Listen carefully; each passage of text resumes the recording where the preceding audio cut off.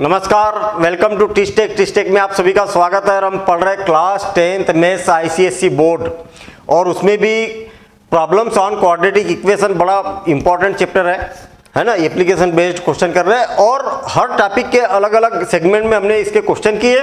आज miscellaneous problems देखेंगे, मतलब इसके अलावा भी जो भी हमने टॉपिक लिए ना, इसके अलावा भी हमें कुछ अलग टाइप के क्वेश्चन मिल सकते हैं और उन क्वेश्चनों को पहले हम एमसीक्यू करेंगे और फिर उसके बाद क्वेश्चंस देखेंगे। देखिए एमसीक्यू में क्या बोला है, एमसीक्यू में क्या बोला है, the product of two whole numbers, product of two whole numbers ना, ईच ग्रेटर देन 4, अच्छा 4 से ग्रेटर देन होना चाहिए whole number, is 35, the numbers are, अरे 4 से ग्रेटर देन होना चाहिए, होल नंबर होना चाहिए।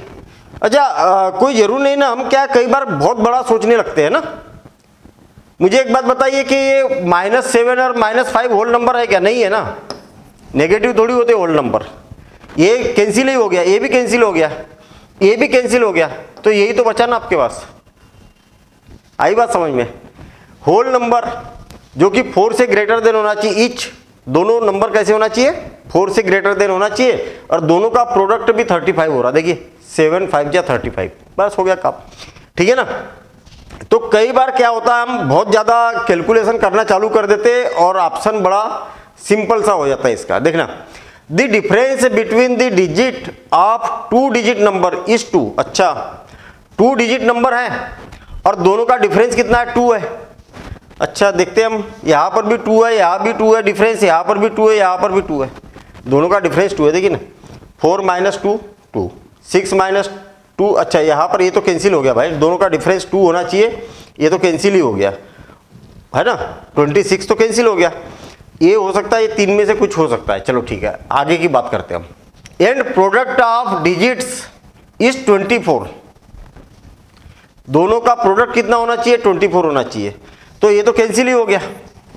अरे डिजिट का प्रोडक्ट 4 2 जा 8 हो रहा, 24 होना चाहिए।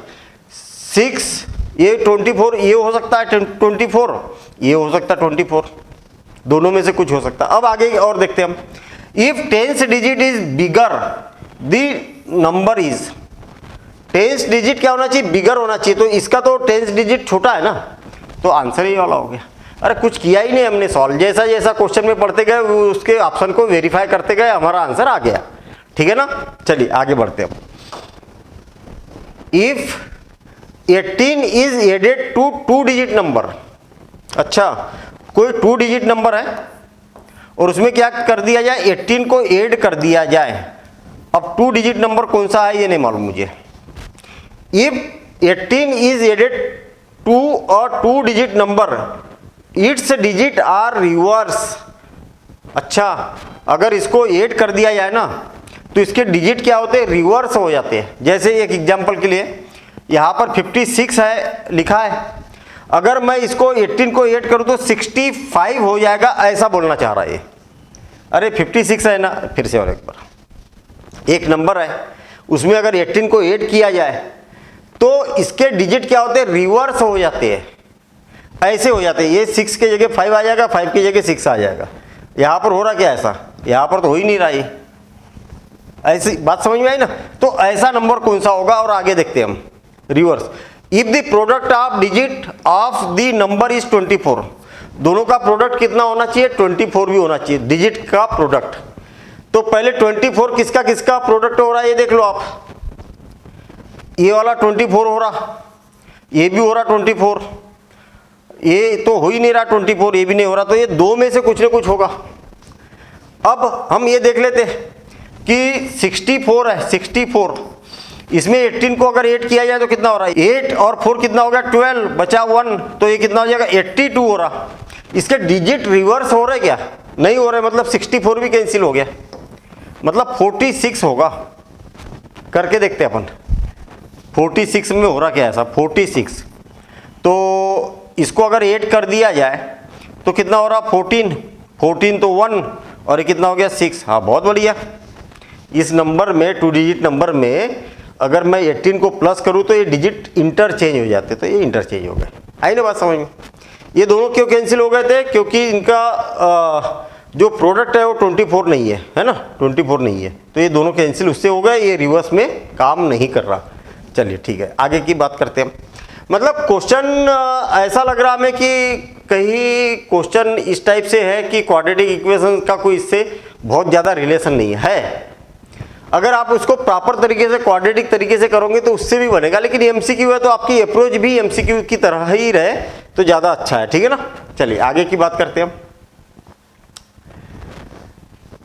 2 year ago, अच्छा 2 year ago, ठीक है, the age of Radha and Meena were in the ratio of इतना।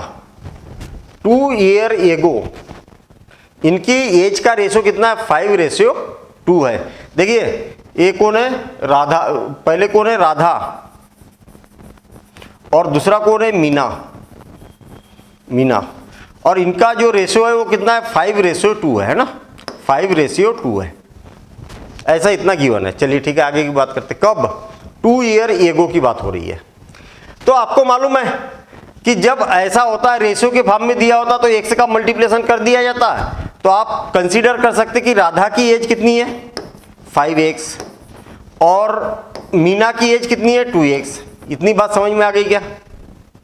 जब भी रेशियो के फॉर्म में रहेगा तो उसमें क्या है, किसी कांस्टेंट का मल्टीप्लिकेशन कर देना पड़ेगा, या किसी वेरिएबल का, मतलब हमने क्या किया, x का मल्टीप्लिकेशन कर दिया, तो राधा की एज इतनी हो गई, मीना की एज इतनी हो गई, ऐसा हमने कंसीडर किया, ठीक है।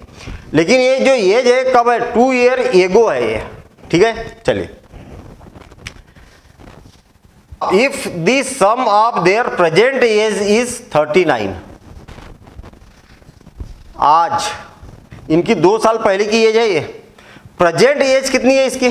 मुझे एक बात बताओ कि मेरी एज अगर 2 साल पहले 20 साल की थी तो प्रेजेंट में कितनी एज रही होगी मेरी? अरे कितनी होगी अभी? कितनी होगी भाई? 2 साल पहले मेरी एज अगर 20 साल थी तो आज कितनी होगी मेरी एज? 22। सिंपल सी बात है, ठीक है ना। तो इसका मतलब प्रेजेंट एज कितनी होगी इनकी? प्रेजेंट एज कितनी होगी? 5x + 2, और इसकी कितनी होगी? 2x + 2। अरे इतनी बात समझ में आ गई क्या? ये 2 year ago थी और आज इनकी एज कितनी हो गई? इतनी हो गई। तो इनका दोनों का सम कितना है बोल रहे हैं? 39। इतनी बात समझ में आ गई है? तो ये कितना हो गया? 5x और 2x कितना हो गया? 7x, और = 39। देखिए 2 और 2 कितना हो गया? 4, और 4 उस साइड जाएगा तो 35 बचेगा, 35। तो 7x = 35। तो x की वैल्यू क्या हो जाएगी? 35/7। तो 7 से 5 टाइम कैंसिल हो गया, तो x की वैल्यू आ गई हमारे पास में 5। अब आप देखिए, their ages 2 year ago were, अब 2 साल पहले उनकी एज कितनी थी ये भी देखना हमें। तो x की वैल्यू कितनी आ गई? 5। 2 साल पहले की एज ये है ना, तो 5 को अगर यहाँ पर रखूंगा मैं x की जगह तो क्या हो जाएगा? 5 × 5 = 25, और यहाँ पर 5 को रखूंगा तो 5 × 2 = 10, मतलब 25 और 10 ईयर रही होगी उसकी 2 year ago। आई बात समझ में? सिंपल काम है ना। हाँ ठीक है, तो बड़े सिंपल से क्वेश्चन मिल रहे हैं हमें यहाँ पर ना। चलिए ये वाला क्वेश्चन देखते हैं हम। देखिए क्या बोला है, ₹320 were divide equally among 8 children. अच्छा 8 बच्चों में डिवाइड करना है भैया 320 रुपीज़। 320 रुपीज़ है आपके पास, इनको 8 चिल्ड्रेन में इक्वली डिवाइड करना है। इसका मतलब एक बच्चे को कितना कितना मिलेगा? 320 डिवाइडेड बाय 8, तो 40 रुपीज़ मिलेगा भैया एक को। मिलेगा कि नहीं मिलेगा? हाँ या ना बोलो। 40 रुपीज़ ईच स्टूडेंट को यहाँ पर मिलने वाला है। चलिए ठीक है। If 2 more children join them, each will get how many rupees more or less? 320 rupees थे, अगर 2 चिल्ड्रन और आ जाते, पहले कितने थे? 8, तो अब कितने आ गए? 10 आ गए। तो एक को कितने कितने मिलेंगे भाई? 32 रुपीज़ मिलेंगे। 32 रुपीज़ मिलेंगे। तो ज़्यादा मिल रहे कि कम मिल रहे? बड़ा छोटे बच्चों वाला क्वेश्चन दिया था यार ये। है ना, जो 5th 6th क्लास के बच्चे जो करते हैं ना, वो क्वेश्चन है ये। तो देखिए ना, 32 माइनस 40 माइनस 32 कम मिलेंगे, लेस मिलेगा, लेस होगा। पहली बात तो लेस होगा, यानी कि ये वाला तो कैंसिल ही हो गया, ये दोनों तो कैंसिल हो गए, और ये तीनों भी कैंसिल हो गए ना, यही तो बचा है केवल। अरे कुछ करना ही नहीं है ना। 8 रुपीज़ लेस मिलेगा एक एक बच्चे को, ठीक है। तो ये हमारे एमसीक्यू यहाँ पर कंप्लीट होते हैं, और मैं आपको बता दूं कि बहुत ही बेहतरीन क्वेश्चन आपको मिलने वाले हैं, डिस्क्रिप्टिव क्वेश्चन, मज़ा आ जाएगा। मतलब वो करेंगे हम अगली क्लास में, और अगली क्लास में मतलब ये मान के चलिए कि सारे क्वेश्चन डिफरेंट क्वेश्चन ऐसे करेंगे कि अगर उतने क्वेश्चन आपने कर लिए तो ये मान के चलिए कि आपका उस रिलेटेड, उसके जैसा कोई भी क्वेश्चन आ जाए या उससे रिलेटेड क्वेश्चन आ जाए तो आपसे बन जाएगा। इस टाइप के मैं क्वेश्चन लेके आया हूँ, और वो पढ़ेंगे हम अगली क्लास में, ठीक है। मिलते हैं हम अगली क्लास में। Thank you, all the best.